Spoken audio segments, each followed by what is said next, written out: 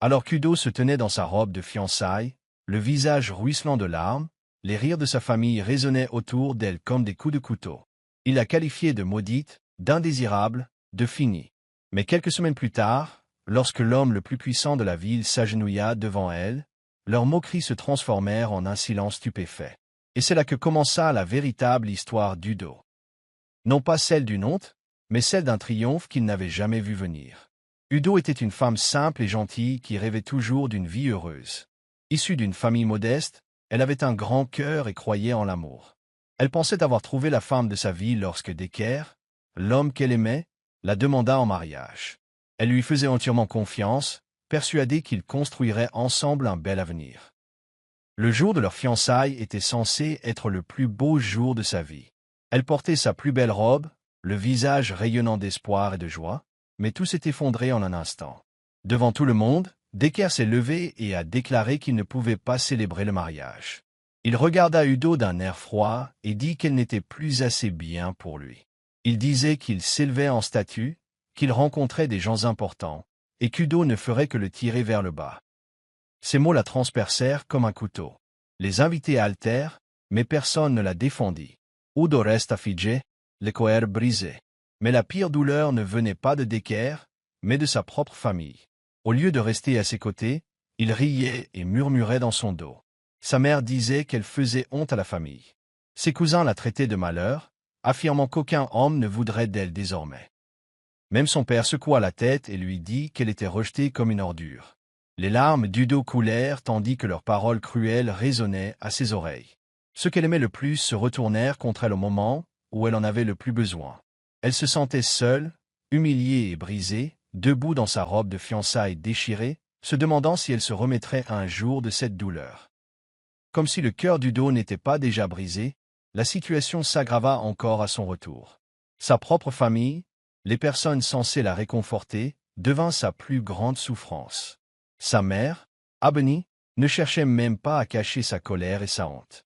Elle était assise dans le salon avec les tantes et les cousines d'Udo, riant et bavardant bruyamment. Elle disait qu'Udo était maudit, que sa malchance détruirait à jamais le nom de la famille. Ils la traitèrent de honte, affirmant que personne ne voudrait épouser une famille où plane une telle honte. Ses cousins chuchotèrent, mais ils s'assurèrent qu'Udo entende chaque mot. Ils dirent « Regarde-la, rejetée comme un chien errant. » Aucun homme ne la regarderait plus jamais. Ils riaient et secouaient la tête, comme si Udo était à la fois une créature à plaindre et à railler. Et puis, pour rendre la chose encore plus douloureuse, ils se mirent à la comparer à sa sœur cadette, Adana. Au moins, Adana sait comment attirer les riches prétendants, dit un cousin. Contrairement à Udo, qui n'arrive même pas à garder un seul homme. Leurs paroles firent l'effet d'un couteau tranchant dans la poitrine d'Udo, coupant sa fierté en 1000 morceaux. Sa sœur Adana ne les arrêta pas. Elle se contenta de sourire discrètement, secrètement heureuse d'être la plus belle, tandis qu'Udo était traîné dans la boue. Udo se tenait là, les yeux pleins de larmes. Mais personne ne se souciait de sa douleur. Ils étaient trop occupés à la blâmer pour tout. Et puis son père, celui dont elle espérait qu'il la défendrait, la regarda avec une froide déception. « Tu nous as suffisamment couverts de honte, dit-il. Mieux vaut rester à l'intérieur un moment. Cache-toi le visage jusqu'à ce que les gens oublient cette honte. » Ces paroles brisèrent le dernier espoir qui sommeillait en Udo. Elle se sentait petite, sans valeur, comme si sa vie était finie. Plus de réconfort, plus d'amour. Seul un rire cruel la poursuivait partout dans la maison. Elle avait envie de crier, mais sa voix se perdait dans le bruit de leurs moqueries. Elle ne pouvait que pleurer en silence, se demandant comment sa propre famille était devenue son pire ennemi. Udo s'enferma dans sa petite chambre, les larmes tombant comme de la pluie. Elle pleura jusqu'à en avoir mal à la gorge, jusqu'à en avoir les yeux gonflés. Chaque mot prononcé par sa famille résonnait dans sa tête. Maudite, déshonorée, inutile. Elle se sentait brisée, comme si son cœur avait volé en éclats, impossible à recoller. Elle regarda sa robe de fiançailles déchirée, gisant par terre, et serra ses genoux, avec l'impression que sa vie était finie. Personne ne se souciait de sa douleur. Personne ne la défendait. Même ceux qui étaient censés l'aimer lui avaient tourné le dos. Seule dans cette petite pièce, elle avait l'impression que le monde entier était contre elle. Mais au milieu de sa douleur, Udo se souvint soudain de quelque chose. La voix de sa grand-mère décédée. Elle pouvait presque entendre à nouveau ces mots doux. Ce qu'elle prononçait chaque fois que la vie devenait difficile. Mon enfant, quand le monde t'abat, tu te relèves. Tu te relèves plus fort qu'avant. Ces mots allumèrent un petit feu dans le cœur brisé d'Udo. Elle essuya ses larmes, même si elles continuaient de couler. Elle regarda autour d'elle dans sa petite chambre et vit les outils et le matériel qu'elle avait mis de côté depuis longtemps. Perles, fils, tissus. Elle adorait créer de belles choses de ses mains. Mais après avoir rencontré Deka, elle s'arrêta, pensant que l'amour était tout ce dont elle avait besoin. Assise sur le sol froid, Udo prit une décision. Elle ne laisserait pas cette honte la détruire. Elle ne voulait pas que leur rire mette fin à son histoire. Lentement, elle reprit ses vieux outils, les doigts tremblants mais déterminés. Elle se remit à bricoler, déversant toute sa douleur, sa colère et sa tristesse dans ses pièces. Tandis que ses mains bougeaient, quelque chose en elle commençait à guérir. Chaque perle qu'elle plaçait, chaque fil qu'elle tissait, lui donnait l'impression de recoudre son cœur brisé. Les couleurs qu'elle choisissait étaient audacieuses et fortes. Rien à voir avec la fille faible et brisée qu'on l'appelait tous. Jour et nuit, elle travaillait, oubliant parfois de manger ou de dormir. Sa petite chambre était devenue son petit monde où elle avait le contrôle. Personne ne pouvait se moquer d'elle là-bas. Personne ne pouvait la traiter de maudite. À chaque œuvre terminée, elle se sentait un peu plus forte, un peu plus courageuse. Les larmes ne cessèrent pas de couler. Mais peu à peu, sa douleur se transforma en force. Udo s'élevait, comme le disait sa grand-mère. Et au fond d'elle-même, elle savait que ce n'était que le début. Ces mêmes mains dont il se moquait allaient créer quelque chose dont personne ne pourrait plus jamais rire. Udo ne se doutait pas que sa vie allait changer le jour où elle décida d'emmener ses créations à la foire commerciale locale. Son cœur était encore brisé, mais elle avait travaillé jour et nuit pour préparer cet événement. Elle emballait soigneusement ses bijoux, sacs et décorations faits main. Chaque pièce portait sa douleur et son espoir. À son arrivée à la foire, sa petite table était repoussée sur le côté, loin des grands stands de luxe. Les gens passaient devant elle sans même la regarder. Mais Udo restait calme. Elle rangeait son travail avec soin, souriant doucement à quiconque la regardait. Même si, au fond, elle se sentait encore petite et invisible, Omar y entra. Ce n'était pas n'importe quel homme. C'était l'un des hommes d'affaires les plus riches et les plus puissants de la ville, connu pour avoir bâti une marque mondiale de toutes pièces. Les gens murmuraient en le voyant. On disait qu'il avait l'œil pour dénicher les trésors cachés, des choses que d'autres ignoraient. En déambulant dans la foire, rien n'attira vraiment son attention, jusqu'à ce qu'il atteigne le petit stand d'Udo. Il s'arrêta. Son regard scruta les couleurs vives, les motifs détaillés, la beauté de chaque pièce. Mais plus que cela, il remarqua la femme derrière la table. Silencieuse, humble, mais il y avait quelque chose d'inflexible dans son regard. Omar y prit un de ses colliers et le retourna entre ses mains. La qualité était époustouflante, le design unique. Il regarda Udo et demanda « C'est toi qui les as fabriqués ?» Udo hocha timidement la tête, d'une voix à peine plus forte qu'un murmure. Mais cela suffisait. Omar voyait sa force cachée sous ses paroles douces. Il lui posa d'autres questions sur son travail. Et plus elle parlait, plus il était impressionné. Ce n'était pas seulement du talent. C'était un art brut et puissant, né de la douleur et du courage. Là, au milieu de la foire bruyante, Omar lui fit une offre. Il lui dit qu'il voulait qu'elle fournisse ses produits à ses boutiques internationales. Les yeux d'Udo s'écarquillèrent, son cœur battant si fort qu'elle avait du mal à croire ce qu'elle entendait. Elle pensait que c'était un rêve. Mais Omar lui sourit chaleureusement et dit « Le monde a besoin de voir ton travail. Faisons en sorte que cela arrive. » Les larmes emplirent les yeux d'Udo. Mais cette fois, elles n'étaient pas de douleur. Elles étaient d'espoir. Elle ne pouvait même pas parler correctement, se contentant de hocher la tête à plusieurs reprises. Alors qu'Omar lui tendait sa carte et lui annonçait qu'ils se rencontreraient pour discuter des détails, Udo sentit une étincelle s'allumer en elle. Pour la première fois depuis longtemps, quelqu'un voyait sa valeur. Non pas comme le fiancé rejeté, ni comme la honte de sa famille, mais comme une artiste, une créatrice, une femme forte. Et comme ça, grâce à une rencontre fortuite, le parcours d'Udo prit un tournant nouveau et puissant.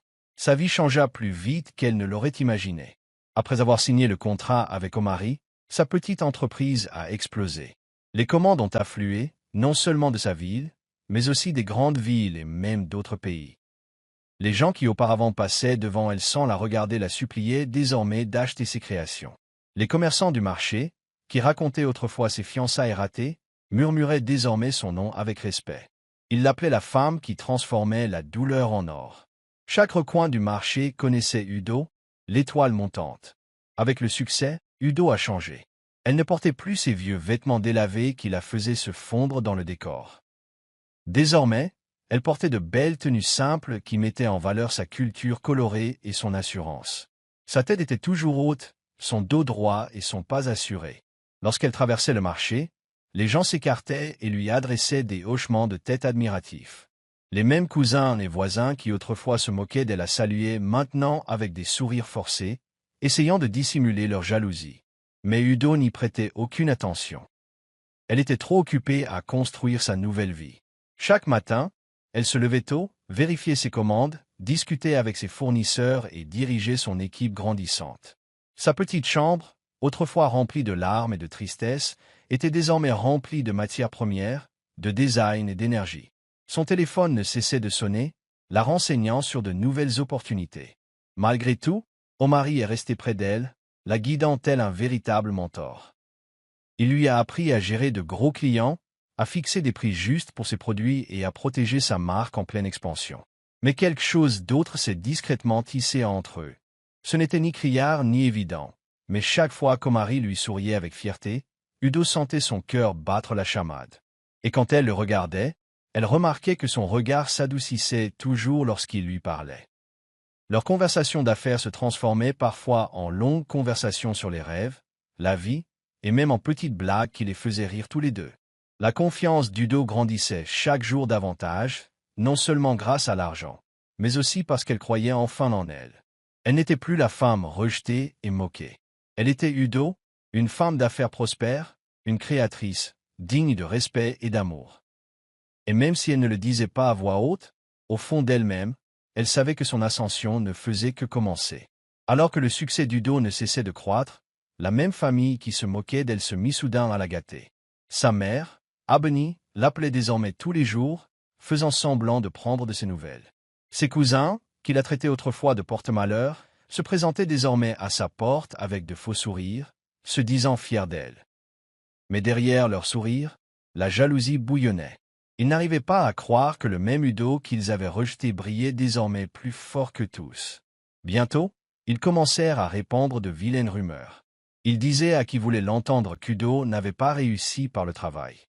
Ils murmuraient qu'un homme riche la soutenait secrètement, lui donnait de l'argent et lui ouvrait des portes. Elle avait juste de la chance qu'Omari les remarquait, disait-il. Sans lui, elle ne serait rien. Leurs paroles étaient pleines de poison, cherchant à la faire retomber. Mais Udo avait appris à les ignorer. Elle resta concentrée, laissant son travail et son succès parler plus fort que leurs mensonges. Puis, soudain, Deka, son ex-fiancé, réapparut dans sa vie. Le même homme qui l'avait humilié devant tout le monde se tenait maintenant devant sa boutique, souriant comme si de rien n'était. Il disait qu'il avait fait une erreur, qu'elle lui manquait et qu'ils devraient se remettre ensemble. Mais Udo voyait clair dans ses douces paroles. Ce n'était pas l'amour qui avait ramené Deka, c'était sa réussite. Il vit son nouvel éclat, sa renommée grandissante, et voulut en profiter. Deka essaya même de la charmer, lui apportant de petits cadeaux et la qualifiant de belle, faisant comme s'il ne lui avait jamais brisé le cœur. Mais Udo, debout et fier, se souvenait de la douleur qu'il lui avait causée. Elle ne se sentait plus faible. Elle regardait Deka avec calme et savait au fond d'elle-même qu'elle l'avait dépassé, lui et tous ceux qui la méprisaient autrefois. Le faux soutien de sa famille et l'intérêt soudain de Deka ne firent que renforcer Udo. Elle comprenait désormais que le succès suscite à la fois louange et envie. Mais elle n'allait pas laisser leur jalousie la ralentir. À chaque rumeur répandue et à chaque faux sourire qu'ils arboraient, la flamme d'Udo s'intensifiait. Elle s'engageait sur une nouvelle voie, et il n'y avait plus de retour en arrière possible. Le dîner de famille devait être spécial. Tout le monde était réuni, ses parents, ses cousins et même ses vieux amis. Les rires emplirent la salle, mais au fond, tout le monde regardait Udo. Il savait que quelque chose d'important allait se produire. Et puis, juste devant tout le monde, Deka se leva, tendant une bague brillante. Il sourit largement et dit « Udo, oublions le passé épouse-moi maintenant et prenons un nouveau départ. Le silence se fit dans la pièce, les yeux de sa mère s'illuminant d'une joie feinte. Pensant que c'était l'occasion pour Udo de se remettre de sa honte, ses cousins chuchotèrent, prévoyant déjà comment il se vanterait de cela en ville. Ils croyaient tous qu'Udo serait si désespéré de retrouver son honneur qu'elle accepterait sans réfléchir. Mais Udo, vêtu de son élégant costume qui témoignait de son parcours, resta calme. Elle regarda Deka, l'homme qui autrefois la brisait en public. Puis elle regarda la famille autour d'elle, qui avait ri de sa douleur. Et d'une voix ferme, elle dit « Non ».